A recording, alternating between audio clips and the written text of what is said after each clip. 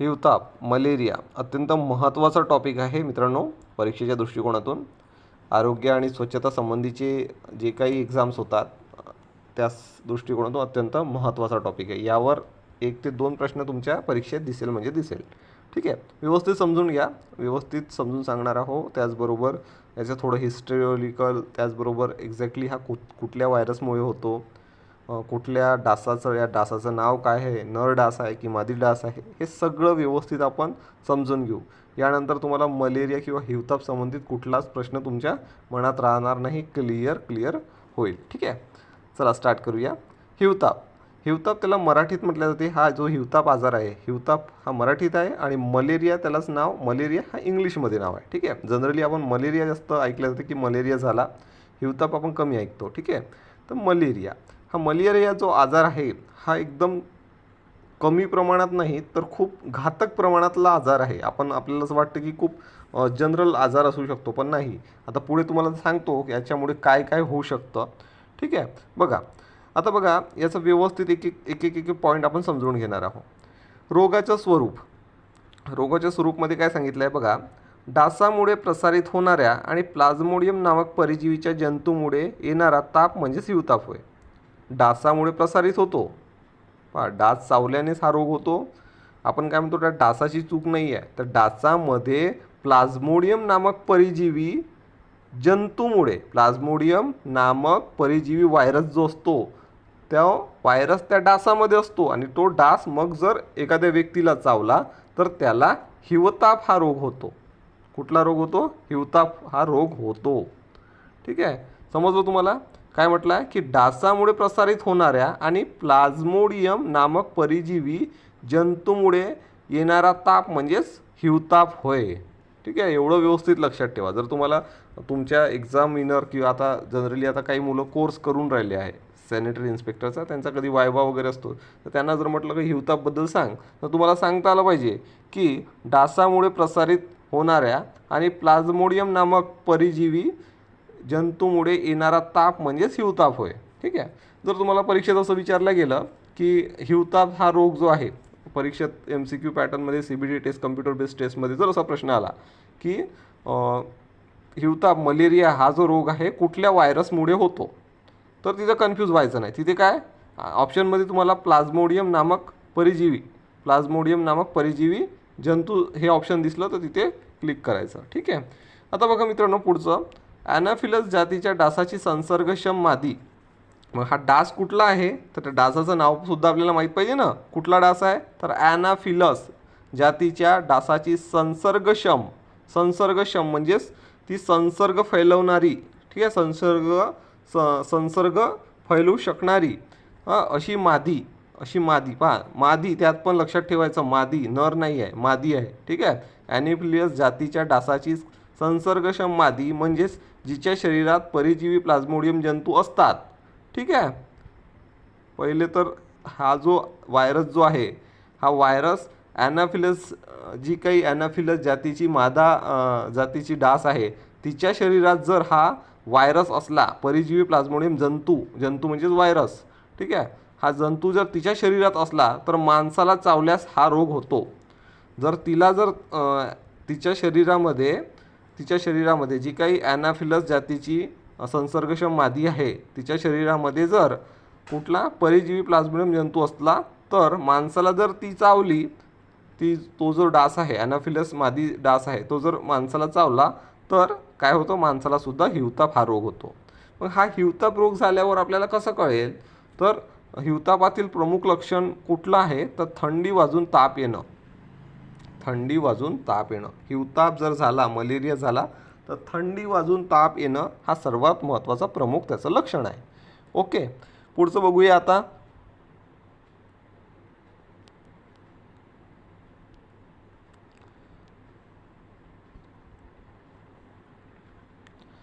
भारतातील परिस्थिती. मागील काही वर्षापर्यंत हिवताप हा सार्वजनिक आरोग्याचा फार मोठा प्रश्न होता. तसेच हिवताप हे मृत्यूचे एक मोठे कारण होते. बरं बघा, इतका साधा हा रोग नाही आहे, इतका साधा आपल्याला वाटतं तेवढा साधा रोग नाही आहे हा. या रोगामुळे कितीतरी लोक मृत्यू पावलेले आहे मित्रांनो.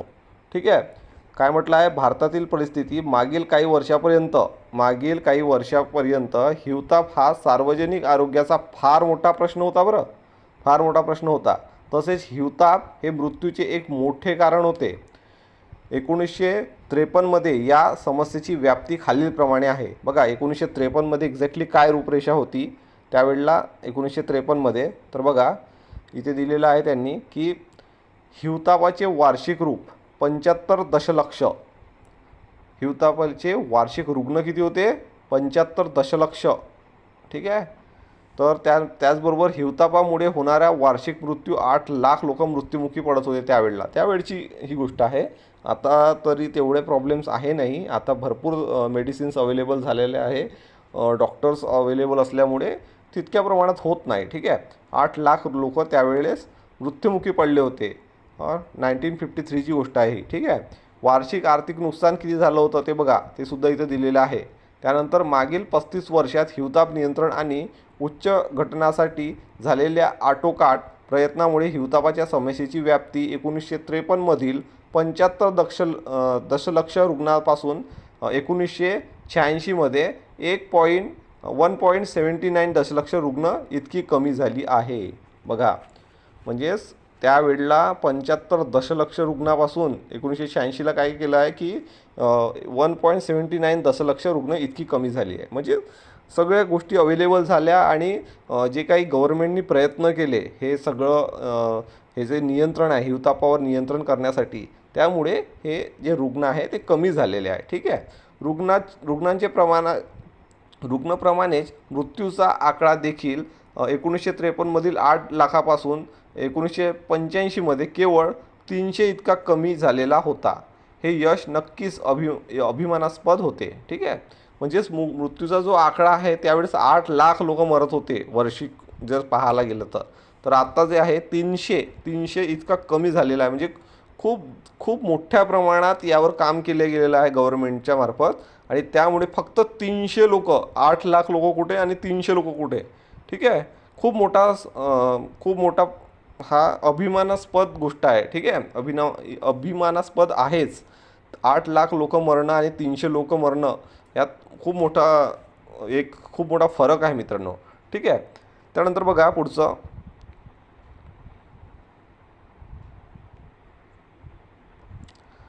परंतु आरोग्य नियोजकांनी सुरुवातीस ठरविले हिवतापाचे उच्चाटनाचे ध्येय मात्र प्रशासकीय, तांत्रिक आणि यंत्रणा कार्यान्वयक अपयशामुळे अद्यापही पूर्ण होऊ शकलेले नाही. तसेच हिवताप उच्चाटनाची समस्या 2 घटनांमुळे जास्त गुंतागुंतीची होऊन बसलेली आहे. ठीक आहे. 2 घटनांमुळे. ठीक आहे. त्यामध्ये कुठला आहे? कीटकनाशकाच्या दाद देईनास झालेले डास आणि औषधांच्या दाद देईनास झालेले हिवतापाचे परजीवी जंतू. ठीक आहे. आता यामध्ये काय प्रॉब्लेम आलेला आहे ते बघा, की काय म्हटलं गेलेलं आहे इथे ते बघा.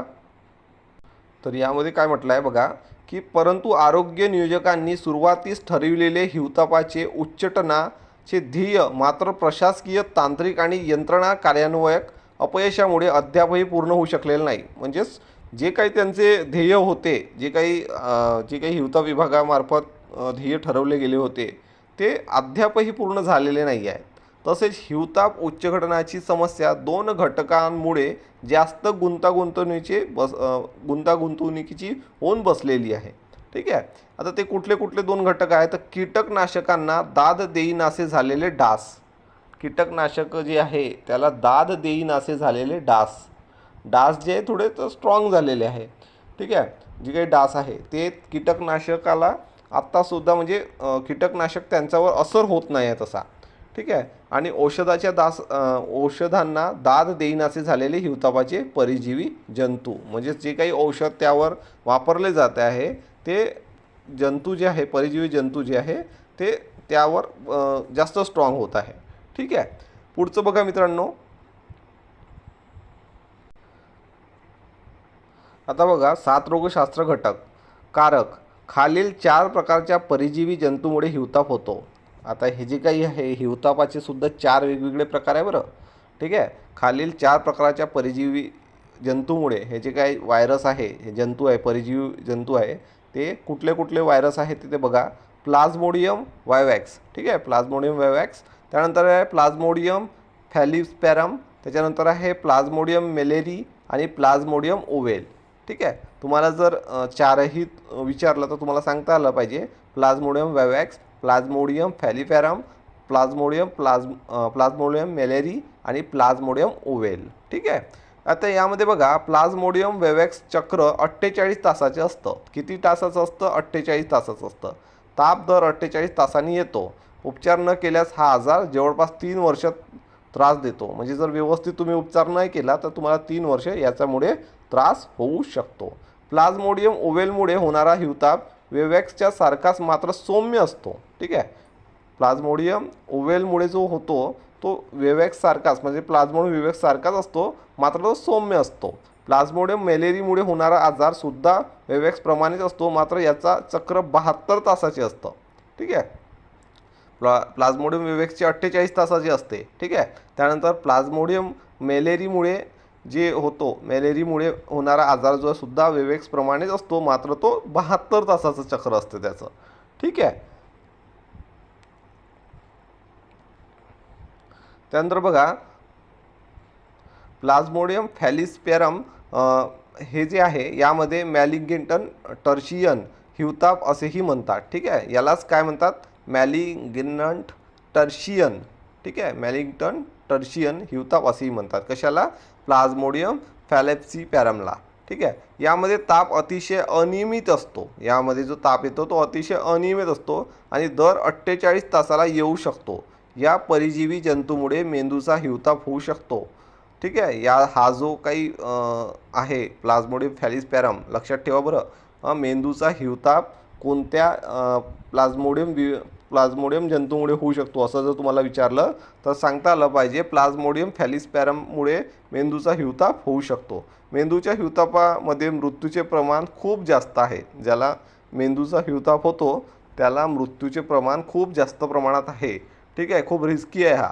उपचार न केल्यास हा हिवताप वर्षभर टिकतो. उपचार जर आपण केला नाही तर हा शरीरात वर्षभर राहू शकतो. हिवतापाच्या जंतूचे जीवनचक्र विकासाच्या 2 अवस्था आढळतात, ठीक आहे. यामध्ये बघा सायकल इन मॉस्किटो आणि cycle in human, cycle in mosquito आणि सायकल इन ह्युमन. तर यामध्ये बघा हिवतापाच्या जंतूमुळे जीवनचक्रात विकासाच्या 2 अवस्था आहे. त्याच्या विकासाच्या 2 अवस्था आहे. यामध्ये सायकल इन मॉस्किटो आणि सायकल इन ह्युमन, ओके. तर यामध्ये पुढचं बघूया अलैंगिक अवस्था. अलैंगिक अवस्थेचं काय आहे तर मनुष्याच्या शरीरातील हिवताप जंतूच्या जीवनचक्राला अलैंगिक अवस्था म्हणतात. मनुष्याच्या शरीरातील हिवतापाच्या जंतूच्या जीवनचक्राला अलैंगिक अवस्था म्हणतात. जंतू व्यक्तीच्या यकृतामध्ये वाढतात. जंतू जो आहे तो व्यक्तीच्या यकृतामध्ये वाढतो आणि त्यानंतर लाल रक्तपेशीच्या त्याची विकास व गुणन होते. त्याचा विकास जो आहे तो लाल रक्तपेशीत त्याचा विकास व गुणन होते. हिवतापाच्या रोग स्थितीशी ही अवस्था निगडीत असते. लैंगिक अवस्था.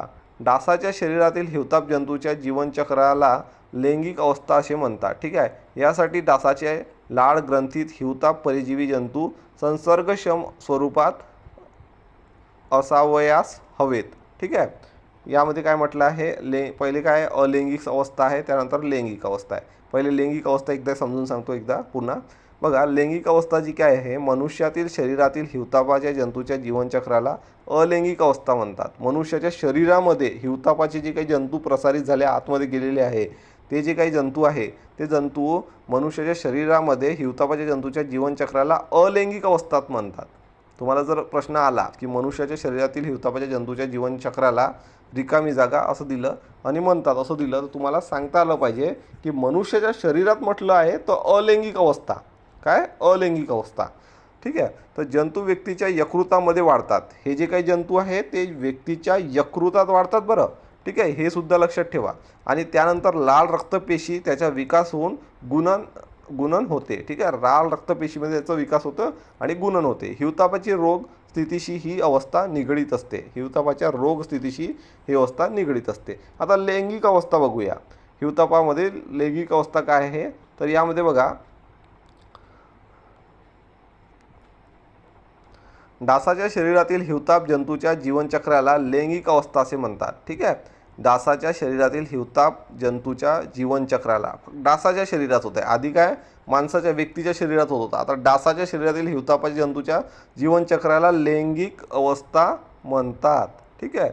आणि माणसाच्या शरीरात जर होत असेल तर त्याला अलैंगिक अवस्था म्हणतात. यासाठी डासाची लाळ ग्रंथीत हिवताप परजीवी जंतू संसर्गक्षम स्वरूपात असावयास हवेत. ठीक आहे. संसर्गक्षम स्वरूपात हिवताप जंतूच्या स्पायरोझाइटस असे म्हणतात. काय म्हणतात? स्पायरोझाइटस. हे चक्र पूर्ण झाल्यानंतर ॲनाफिलस मादी सदृष्ट व्यक्तीला चावल्यास ती व्यक्ती संसर्गित होते. काय होत असतं बघा, एक्झॅक्टली काय लैंगिक अवस्थेमध्ये काय होत असतं ते बघा. डासाच्या शरीरातील हिवताप जंतूच्या जीवनचक्राला लैंगिक अवस्था म्हणतात. एवढं तुम्हाला कळलं. डासाच्या शरीरामध्ये जी काही जंतूच्या जीवनचक्र असतो त्याला लैंगिक अवस्था म्हणतात. त्यासाठी डासाची लाळ ग्रंथीत हिवताप परजीवी जंतूच्या संसर्गक्षम स्वरूपात असाव्यास हवे.